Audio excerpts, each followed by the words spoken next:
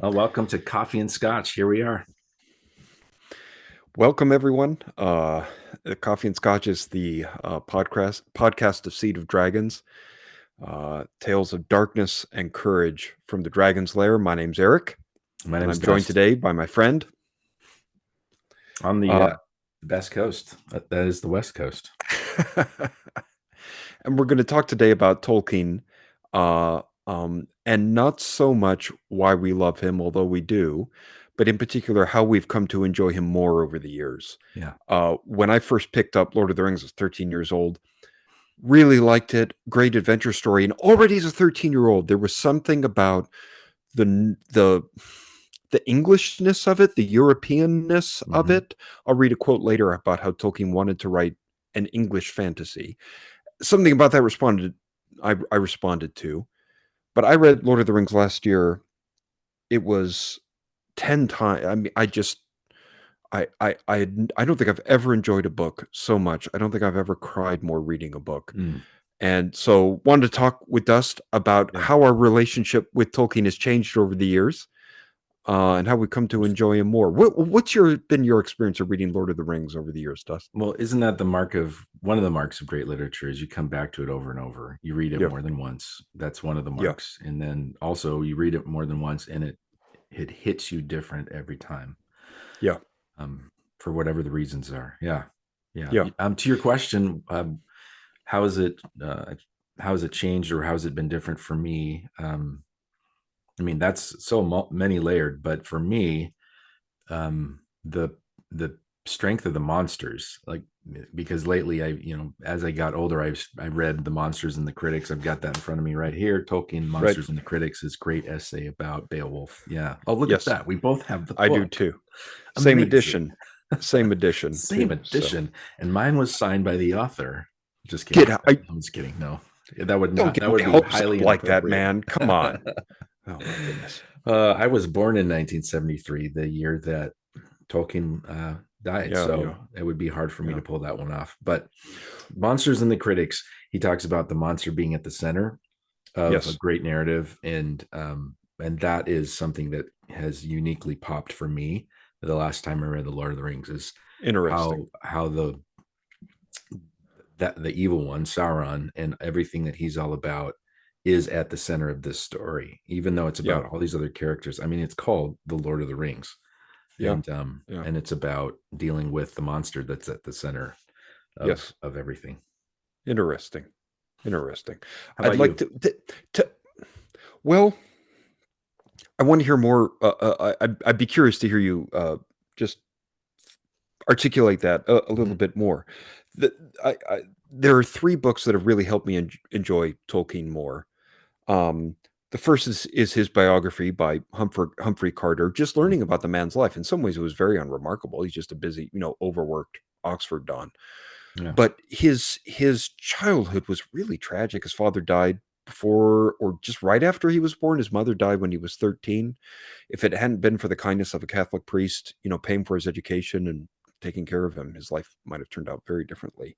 Yeah. And it's amazing. This book does a really good job of showing how um, the Tea Society and the Barovian, or the Tea Club and the Barovian Society, the pre-Inklings group he had, the influence that he had on him, and then almost all of his friends were killed Mm. in World War One. In fact, can I just read a short letter Yeah. from another member of the society right a couple days before he died? This is G.B. Smith, Jeffrey Smith, I think. 15 July 1916. My dear John Ronald, I saw in the paper this morning that Rob has been killed. I am safe, but what does that matter? Mm. Do please stick to me, you and Christopher. I am very tired and most frightfully depressed at this worst of news. And then listen to this, Dust. Now one realizes in despair what the TCBS really was. Oh, Mm. my dear John Ronald, whatever are we going to do? Mm. Yours ever, GBS. I mean, it's just a couple lines, but oh my goodness, there's a whole world there. Yeah. Now one in despair realizes how much we had together Yeah. and we're losing it. And then the day before Mm. he died, before his friend died, um, he writes a slightly longer letter to his friend. And then he says to Tolkien, "May God bless you, my dear John Ronald, and may you say the things I have tried to say long after I am not there to say them, if such be my lot." He wrote that letter. He was killed in World War One the Yeah. next day. And Mm. so Tolkien has that from this dear friend. May you say the things that I tried to say and I couldn't because I'm dead. So It's so like he's carrying a weight of friendship with him, friends that are gone but are still with him. Yeah. when you read The War of the Ring, it just resonates more deeply if you know that, that's Yeah. that was in the background for Tolkien. Um, Mm. and the pleasure of the book just yeah, reading it last year, it was yeah, I really don't have words for the kind of experience that it was.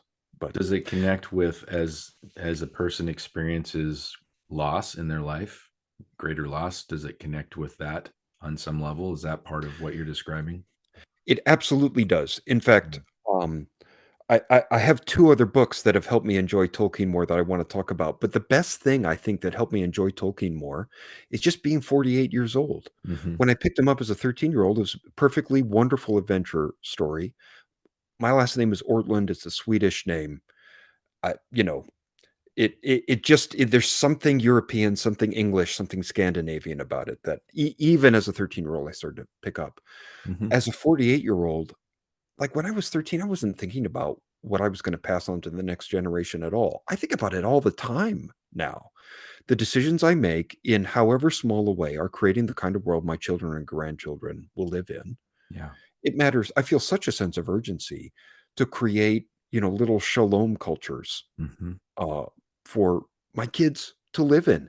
And the last time I read Lord of the Rings, on almost every page, there's this sense of trying to preserve something, of fighting to preserve what's good, Mm-hmm. that it's deeply fragile and easily lost, and that there is no perfect victory. Mm. There is no one and done. Like, even after he destroys the ring, Frodo is, traumatized, and every day, in the years after, when he hits that day, he's troubled and a shadow comes over him. Mm-hmm. There's no closure or resolution for Frodo until he's taken out of the world Yeah. into the Undying Lands.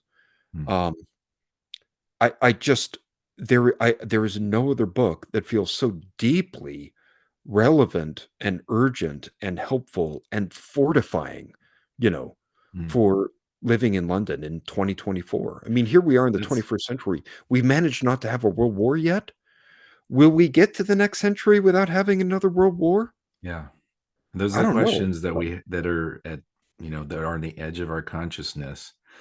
But Tolkien took all of that and put it at the center, the monster at the center, and then he had people facing it one day at a time together. Yeah, that's what I hear you describing, and it's not. That's what makes it not just any other book, right? It's not just oh, just another saga or the one that started it all. Even it's not even Yeah, that. It's actually yeah, still resonant to you right now, and maybe even great in more greater ways. yeah, Yeah, yeah. and for me as well. I'm with you, man. I'm with you. Tell me some of the ways you've come to enjoy Tolkien more over the years and why. What's helped deepen your enjoyment of him? I think the character, the fact that he creates this fellowship so that you can see yourself reflected depending on your mood, depending on your time in life, your space in life, depending on what you're facing. If you are into that, you see yourself in the fellowship in more than one person, Wow. and you see yourself, and maybe in a couple of ways. You see yourself in existence as you are in that particular character, and as that character is, but you also may see yourself aspirationally, at least for me. So I'll speak for myself. I mean, who doesn't want to? Well, again, speak for myself. I want to be as strong as Aragorn when he faces um, evil, with nothing. With he's given all his hope away, but he Mm, still keeps writing, right, on mm, behalf of those that are lesser, that are least, that can't fight for themselves. That's yeah, an aspiration, and that's just an yeah, example, right? I yeah, want to be as yeah, faithful as Sam yeah, when the going gets rough and all hell breaks loose, and he still keeps going, yeah. you know. And those are just a couple of examples, but Yeah. I think one of the most touching movements and touching parts in the whole book is when Frodo and Sam are deep in Mordor, and they sort of pause and they're talking about stories, Hmm.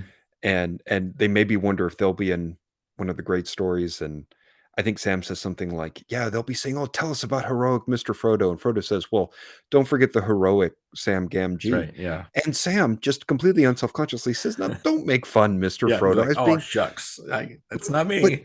yeah, but Frodo's being completely serious, and he's completely right. And Sam is a Mhm. hero, and he has no idea that he is. And And that's part of what makes him one. yeah, yeah. And Mhm. Frodo never would have made it to the end without Sam. Um, Yes. Yeah.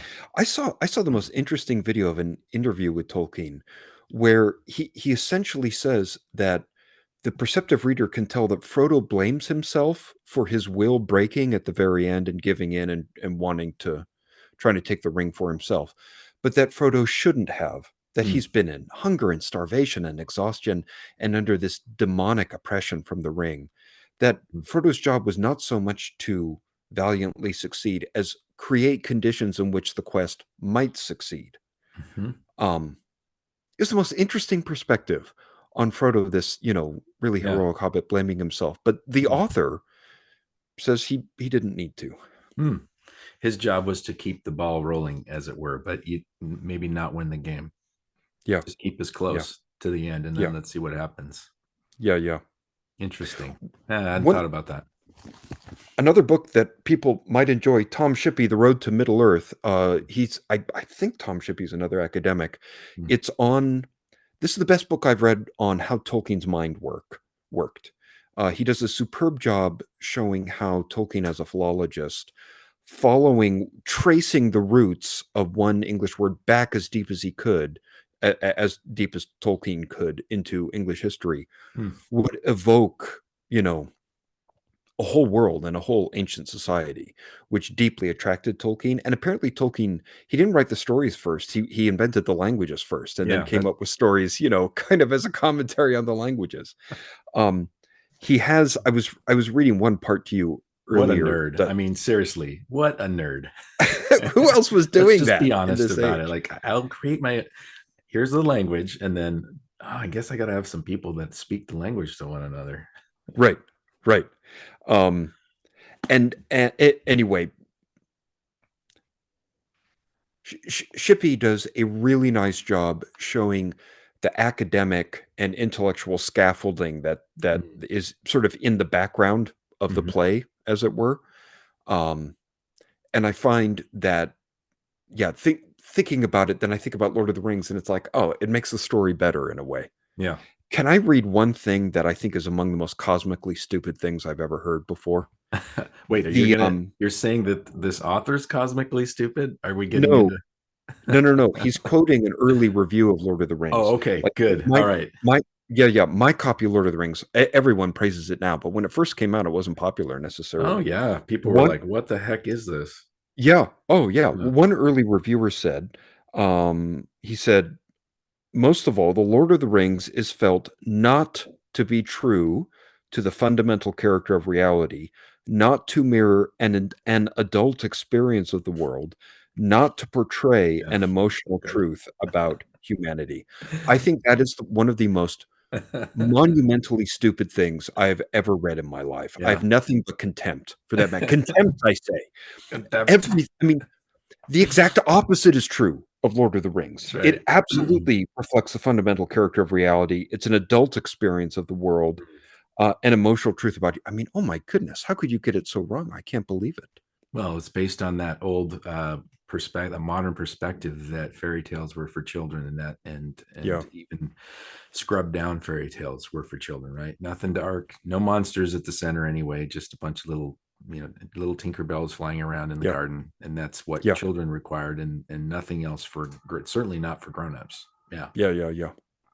Which brings up Tolkien's nonfiction itself. If Yeah. you love Lord of the Rings and want to love it more, read Tolkien's nonfiction, Yes, especially his essay absolutely. on Beowulf Yeah. and his essay on fairy stories. Yeah. It it's so interesting to read his essay on Beowulf and the monsters and the way he talks about if Beowulf had died fighting another human being, the poem would be so much different and so much less. It Yeah. has to be a dragon. Yep. it has to be a deep evil that sort of Has to be exists on the grendel. edge of normal Mhm, reality, right? mhm. Um, and that's how it is truest to the world. Yep. Um, and it Monsters at the amazes, center. yeah, it's moving to me how Beowulf goes to fight the dragon, knowing he will die, and goes anyway. That's what makes him And a that, hero. That's Tolkien says that's what makes him a hero too. Yeah. yeah, yeah. Mm. And I turn to Lord of the Rings, and it's like, oh yeah, it's It's all all over the there. place there. It's all there. can, can I read something from? Can I just briefly quote from On Fairy Stories? Yes. Yes. This is Um, a nice, that's a great follow up to that silly review that you read. so he says the fairy story um, does not deny the existence of die catastrophe, sorrow, and failure. The Hmm. possibility of these is necessary to the joy of deliverance. Rather, the fairy story denies, in the face of so much evidence, if you will, universal final defeat. And insofar is Evangelium giving a fleeting glimpse of joy, joy beyond the walls of the world, poignant as grief. Hmm. Wow. And that's exactly my experience of reading Lord of the Rings, but beautifully having him state it more, analytically in a way, it makes Lord of the Rings more joyful and sweeter to read than it would be otherwise. For me anyway. And philosophically, this is one of the big questions, right? For us in life, also for authors, for writers, for reviewers. Yeah, It's am I telling the truth if I just tell a story that ends badly? And right. many of us would say, yeah, that's it. I'm telling the truth. Right. As Right. hard and as harsh and as horrible as I possibly can. I'm Yeah. telling you the truth, and that's the purpose of art. Yeah. Um, Others of us might say with Tolkien that I'm telling the truth when I tell you all the hard stuff, but I also point out that there's light too. Yeah.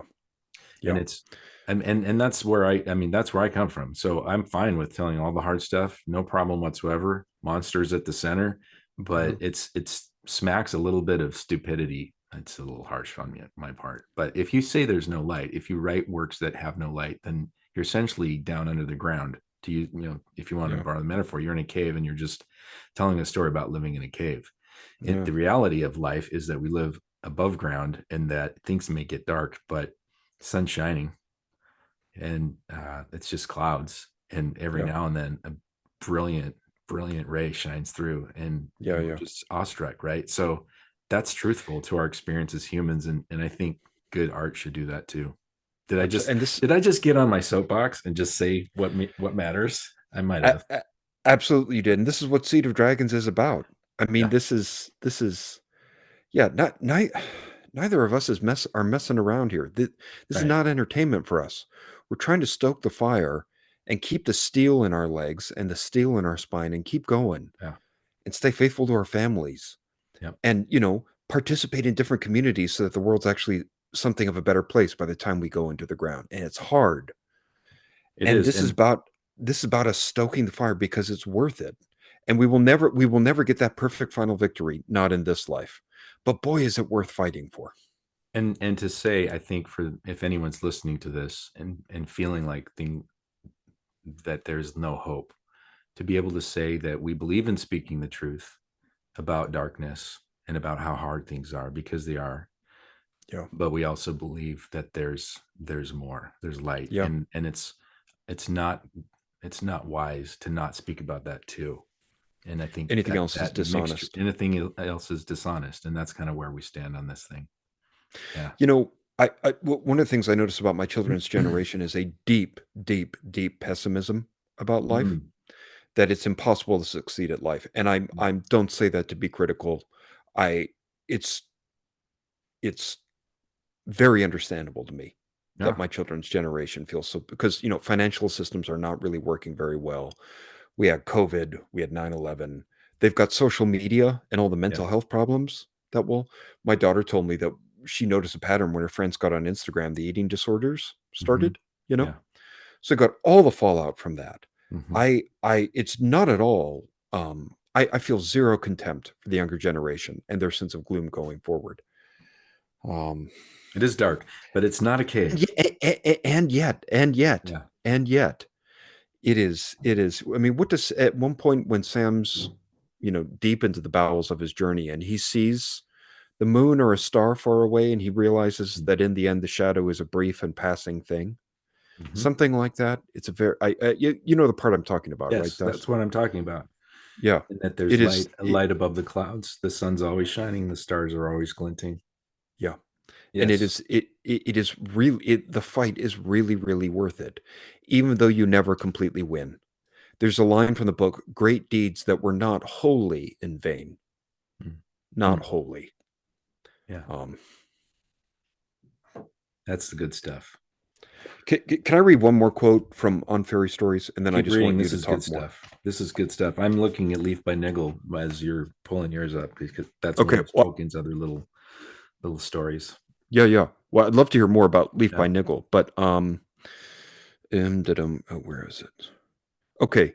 Some stories have now a mythical or total unanalyzable effect, an effect quite independent of the findings of comparative folklore, and one which it cannot spoil or explain. They open a door on other time. And if we pass through, though only for a moment, we stand outside our own time, outside time itself, maybe. That total unanalyzable effect. I really, I, the magic that is there on every page of the book, but in a way cannot be analyzed. It can only be praised. Mm. Anyway, I really like it. Say more about that though. Why is that particular passage so important to you? Um, the the way in which the best sorts of myths and fairy stories can't be analyzed. Um, there is a magic. There's a great meaning that's communicated, and yet you can't quite put it into words. I mean, we've been putting Tolkien into words in different ways throughout this conversation, Right. and yet, you know, like there's a sense in which Tolkien talks about how he doesn't like allegory, and you can't set up Lord of the Rings as an allegory, It right? isn't. Yeah. Um, what does Lothlorien symbolize? Hmm. Well, I don't really know. It doesn't even seem true to say it symbolize that's not there as a symbol for something else. Do you know what I mean? But I can't quite put into No. words that high piercing beauty. I Hmm. mean, even the name Lothlorien. Wow. Yeah. Don't you t- if you knew nothing else, if you'd never read Lord of the Rings, would you be surprised to learn that Lothlorien had a lot of trees in it? Hmm. Doesn't it sound like a forest? And It a very does. beautiful Yeah. one? Yeah. Doesn't Fangorn sound like a forest, but Hmm. very much not a beautiful, welcoming Hmm. one? Um, that communication of effect that can't quite be analyzed, Yeah. and then the other time, the outside of time, the way in which the elves don't experience time the Hmm. same way human beings do, which is kind of a redemption, Hmm. perhaps, in and of itself. Anyway, I'm kind of Unique view. rambling No, I now, but asked you, why that meant so much to you, why you would pick that over other passages. That's helpful in a way. What we're doing is talking about things that are unexplainable to some extent for us because they're so powerful. They've had meaning in our lives. It's like yeah, you sort of are able to point it at something and go, look at that. But the mystery of unpacking it that's a whole different thing. I also think though that in our what we've received in the past from Enlightenment culture is not very helpful because the old perspective on if you cut it into its pieces, you'll know more about it, right? That right, only goes right, so far, and right. so that's not what you and I are into. I mean, we'll talk about details and how these stories and authors impact us, Yeah. but that old approach, that mechanistic approach to chopping something into pieces, ultimately you may know something about the legs on the frog, but the frog no longer is alive. So yeah, lost the Modernity, life. yeah, yeah, yeah. Modernity tends to separate Yeah. and divide what wisdom unites. Mm-hmm. And somewhere Tolkien says that myth and history wind up being pretty close together Mm-hmm. if you really look at them. Mm. And yeah, to like compartmentalize, you know, truth over here and mythic beauty over here. Mm-hmm. Um, yeah, Say you and I were talking about this a little bit before we hit the record. You were talking about this idea of staying at your post or doing yeah, what is at hand to do yeah, in yeah, Tolkien. yeah. I found that really interesting. Say more about that. Yeah, so in Tom Shippey's book, the last chapter, it's a discussion of the Peter Jackson movies, which he's pretty complimentary of, and which I quite like. I mean, they kind Hmm. of spectacularize and Huh. vulgarize it a little bit, but they're still really good movies. But he talks about how the Palantir, the Seeing Stones, are play a more prominent role in the books than in the movies. They're in the movies a little bit, but they have more of a role. Mm-hmm. And he uses the word Shippey does. He uses the word speculum to describe Hmm. the role that the seeing stones play, speculum in the archaic sense of like a mirror you look into, but it's Hmm. also related to the verb speculate and how when characters in Lord of the Rings look into a speculum, they speculate in a way that's dangerous and that's going to hurt their cause, both the good guys and the bad guys. They see things So, they see things that are they think are real but are have not yet come to pass. or they see something and they misinterpret it. The character Misinterpret. does. Ah, yeah. So in Lothlorien, Sam looks into the pool that Galadriel shows him, and he sees the Shire being burned and his father being turned out, and he's tempted to run away, just run back to the Shire and try to save it. Which, if he had done, the Shire would have been destroyed, right? Is it Schreier or Shire? Just Shire, I'm mispronouncing it. I'm sorry. I'm sorry. I love I'm it. an We've old just man. create it's the other one. It's the one on the other side of the mountains, the Schreier. Oh, great.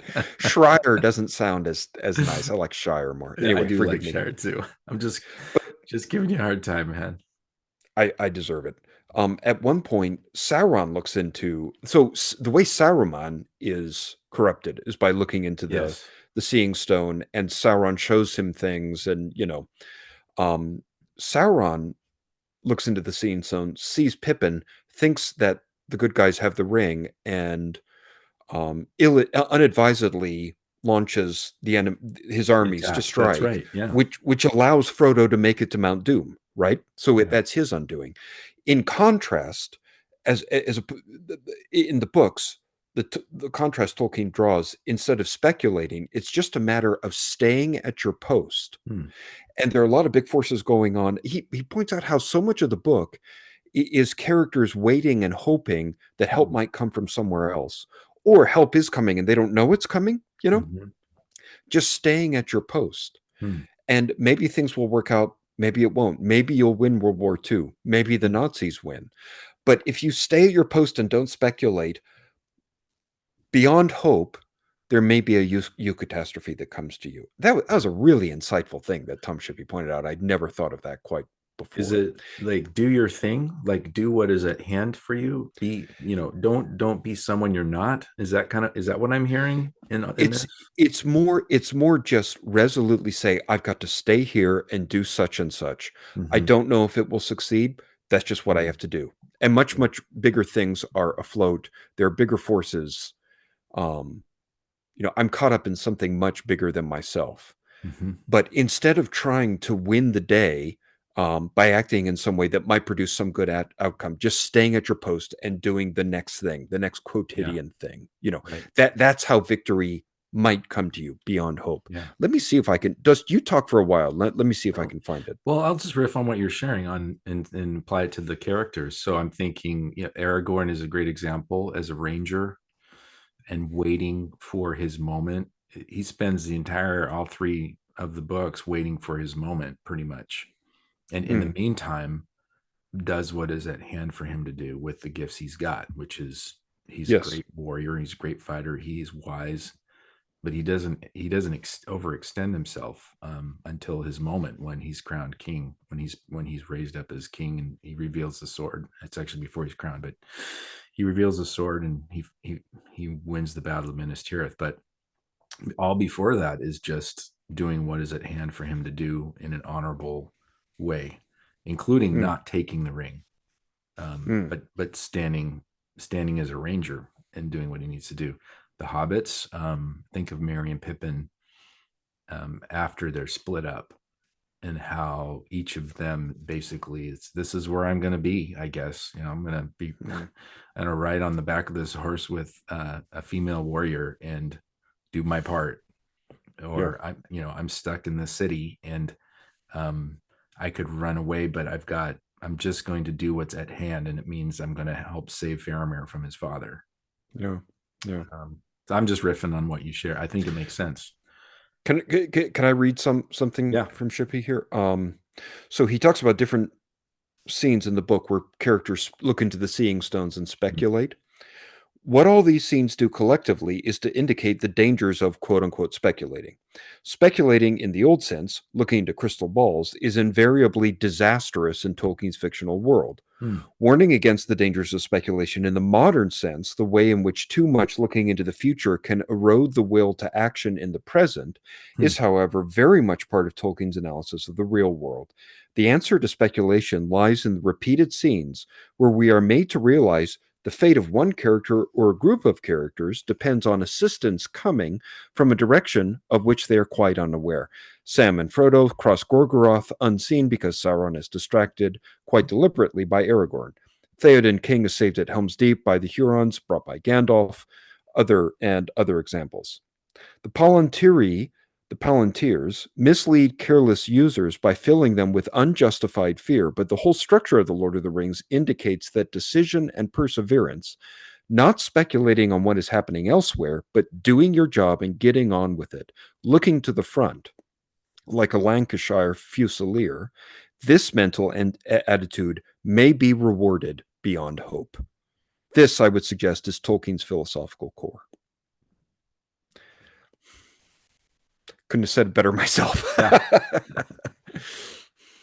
Yeah. Well, so again, I'm going to push you. Try to, what, in your own words, what is this?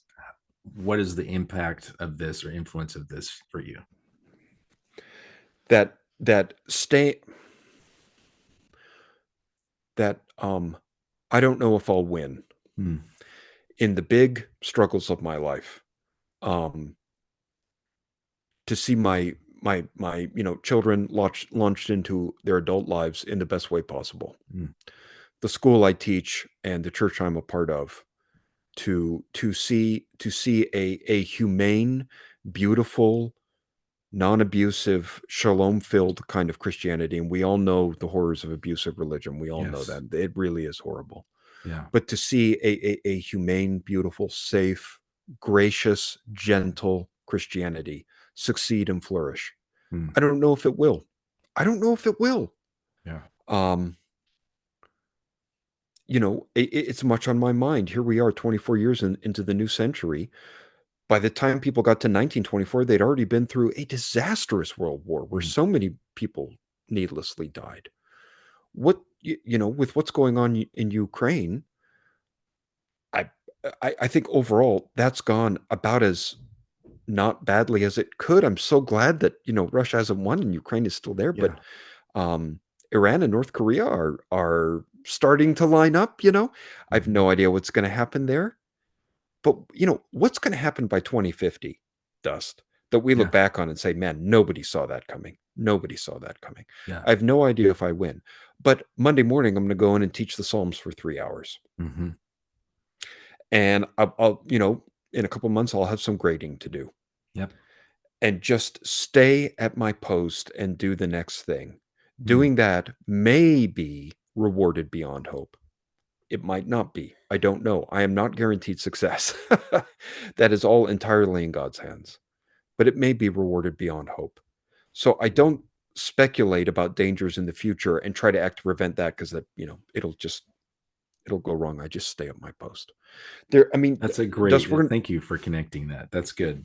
That makes me. Can I make the connection to one of his no, little shut up. I'm going to stories? talk. The I'm going to right. talk. Yeah. Shut Yeah. up. No, So you no, go. I'm No, you joking. go. I'm joking. I'm joking. I'm going to take some water. You go. I just had to give you a hard time. Friends, this is how it works between the two of us. This is coffee and scotch.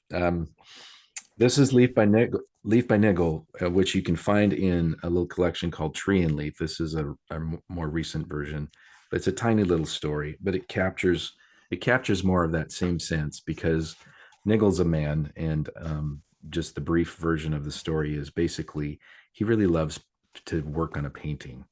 And so this is about as close as a parable as Tolkien will ever get, because he's not really into that. Yeah. But this Yeah. Leaf by Niggle is a bit basically a parable, and Yeah.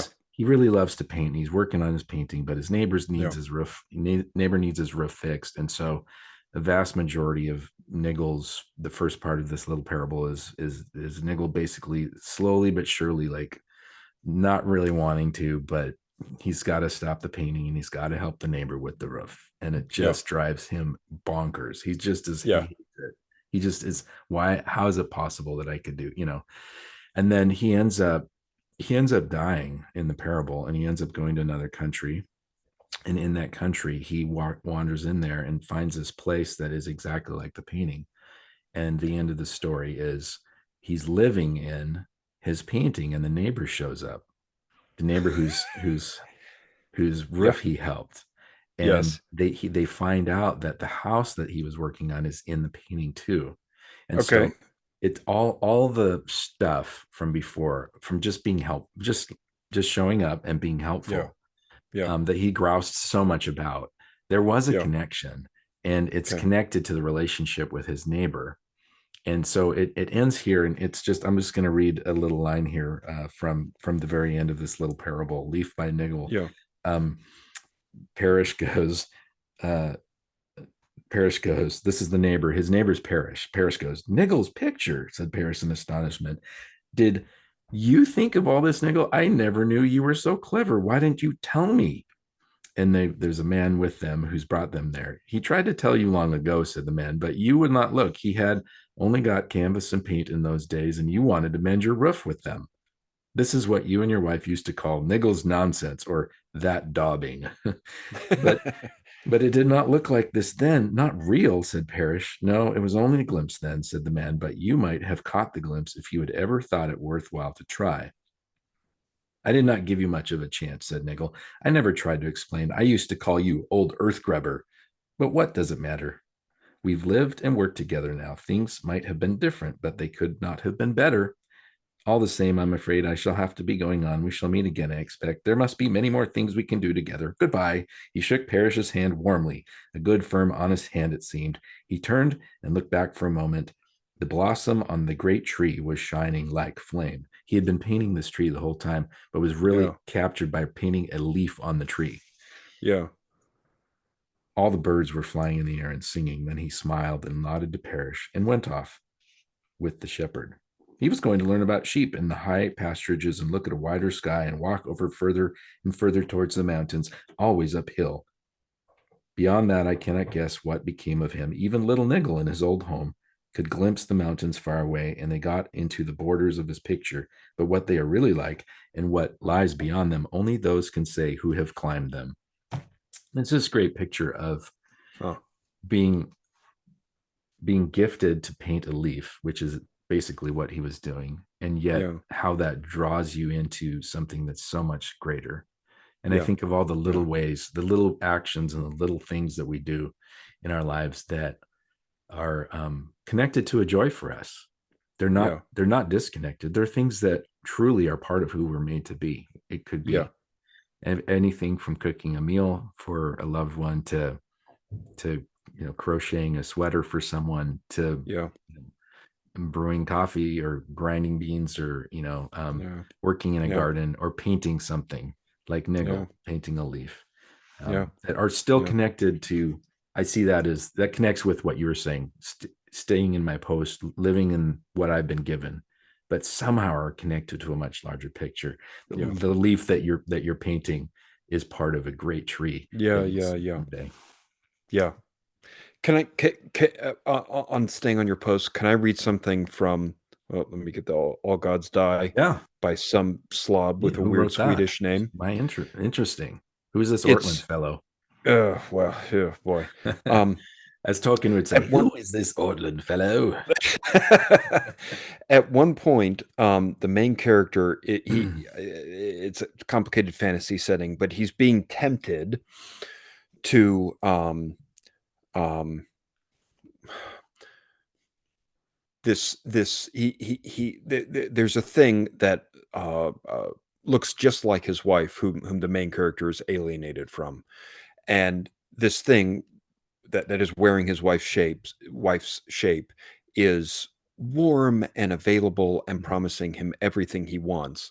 And he can either choose to give himself to this monster that is making him this Mm, tempting him in this way, or stick with his friends. mm, And this is how the choice plays out. So the thing wearing Julie's shape said, "You can leave all this behind, all the impossible demands of these phantoms, all the prospect of pain and fear. You did all you could for Julie." That's his mm. wife's name. "Come live with us. You'll never hurt again. You can go to work and come home to me, and your home and your bed will always be warm for you." She leaned red lips close to my ear and whispered, "Anything you want, anytime." I turned and looked at Conrad. "Well," I said, "what's your counteroffer?" My friend's face was grinding tectonic plates. "Worse than your hand will hurt you and lance Kuru's poison for you. You'll go back to your home, your real home. Maybe your wife gets better. Maybe she breaks you worse. Maybe we get close enough to Kuru to cut him. Maybe we lose our souls trying. Maybe we carve out enough room for our homes and families. Maybe not. You hold the line or we fail." I turned away to look at the sea. Silent thunder arced across my horizon, and in the sea, freedom surged and whirled. Kuru is the name of this giant, horrible, monstrous worm that's sort of in the background of reality, manipulating this. And I don't know, I'm not trying to praise myself. I don't think I'm like an amazing writer or anything. But that sense of, okay, I've got a choice to make. And he turns to his friends and says, "What's your counter offer?" Mm. And his friend says, "Yeah, maybe you get hurt worse. That's the only Yeah. thing I have to offer you. But it may be rewarded beyond hope. And Yeah. if you give yourself to Kuru, there's just corruption and death Mhm. there, bad death." But Follow the beauty. Follow the beauty. yeah, There's something deeper. That you that is a great story. Actually, you're great. You're very good at capturing weird, scary stuff and putting it at the center. So maybe I'm coming full circle when I said at the very beginning the monster at the center. That Tolkien talks about that and seems to find that interesting and important. yeah, And your work it's does that too. it's the only way to talk about real life. And you Yeah. do as well. Mm. If people want to, check seedofdragons.com for an update on Dust's amazing book, which when it comes out, I'm going to be promoting the heck out of. Um, I have I will say this multiple times. I have never read anything like Dust's book, and I mean, I'm not a massively brilliant person, but I've got my copy of Shakespeare next to me, and I've read Milton's Paradise Lost from start to finish and loved it. And I reread the Iliad a couple of years ago. I'm not badly read. I've never read anything like it. It's a powerhouse of a book. I cannot wait for it to come out. So we can't say much more about that now. We need to let this You, germinate and gestate until it's born into the world. But you're kind. You're very I kind. can't wait to talk about that. Who thought that Dusk Kunkel would be mentioned by at least one person in his life next to the likes of Milton and Virgil? And thank you very much. I That's an Absolutely, man. unexpected pleasure. So, friends, Absolutely. are we good? Did we kind of hit what you wanted to talk about today on I Tolkien? I I kind of bled myself dry here. I've said everything I want to. So yeah, we that Dustin and I think of this as like, inviting people to the campfire, across the thousands of Yeah. miles. Dustin and I are having these campfire conversation. We want to, make it available to anyone else Hmm. in the hopes that there'd be more steel in your spine after and you'd find something you need. So if you have, I'm really happy. Same here. And this is Coffee and Scotch, and we're glad that if you've stuck with us this long, well, thank you. Thanks a it lot. is We it appreciate is it. it is very dark, but you are among friends. You're among friends.